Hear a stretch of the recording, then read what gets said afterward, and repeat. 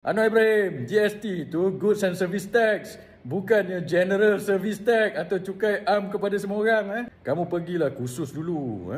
Ini kamu nak suruh orang bagi kursus, kamu sendiri tak faham apa itu GST dengan SST. Boleh MT besar bagi atur kursus sikit. Dia nak sedap gitu. SST tak bagus. GST. Kamu faham ke baik GST? General Services Tax. You tax everybody. Walaupun kohortnya dia efisien. Bagi tanya Kementerian Kewangan, Ekonomi, KSU Ekonomi ada, KSP ada. Itu lebih baik, lebih mudah. Tak payah pening-pening kepala nak itu. Senang aja. 6% semua bayar. Ni kau nak jadi bahan politik. Tak ada arah sekarang ni. Tak ada benda nak kutuk-kutuk itu. Baik, jadi kita kenakan SST. SST ni maknanya kita cukai barang-barang import. Anwar, tadi saya baru dengar ucapan kamu berkenaan dengan GST dan SST. Kamu cakap GST itu General Service Tax atau cukai perkhidmatan am. Kamu cakap dia kena pada semua orang. Kamu cakap macam tu.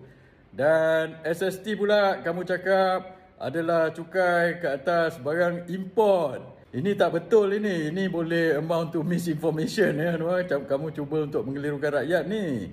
Saya ingat kamu ni yang kena pergi kursus lah untuk membezakan antara GST dengan SST ni. Nombor satu, GST itu bukan General Service Tax atau bukan cukai perkhidmatan am yang kamu cakap kena semua orang itu. GST itu Goods and Service Tax ataupun cukai ke atas barangan dan perkhidmatan. Saya ingat kamu tak tahu ni, kamu yang kena pergi khusus. Masa kita implement GST, kamu dalam penjara, kamu apa tahu Anwar Sekarang kamu nak cakap benda yang salah. Lepas tu kamu cakap, oh SST ni tidak kena pada semua orang. Ini lagi tak betul GST dengan SST tu, kedua-duanya kita tax kepada barangan dan perkhidmatan. Dia bukan kira orang Anwar Dan dalam GST kita ada banyak pengecualian. Tetapi perluasan SST yang kamu buat ini, daripada dulu barang-barang yang dikecualikan sekarang banyak kena cukai. 70% daripada barang yang dulu dikecualikan sekarang kena cukai. Dan senarai barang-barang yang kena cukai di bawah SST yang baru ini, kalau dulu ada 1,000, sekarang 4,000. Maksudnya bukan sekadar orang itu orang ini kena, kebanyakan orang akan kena Anwar. Kamu cakap orang ini tak kena, orang itu tak kena. Lepas tu kamu kata SST itu pula adalah cukai untuk import. Itu tak betul Anwar. Kalau SST itu cukai hanya untuk import, yang mencadangkan kembali GST ni sebab dia kata SST ni tak bagus adalah Persatuan Pengilang Malaysia.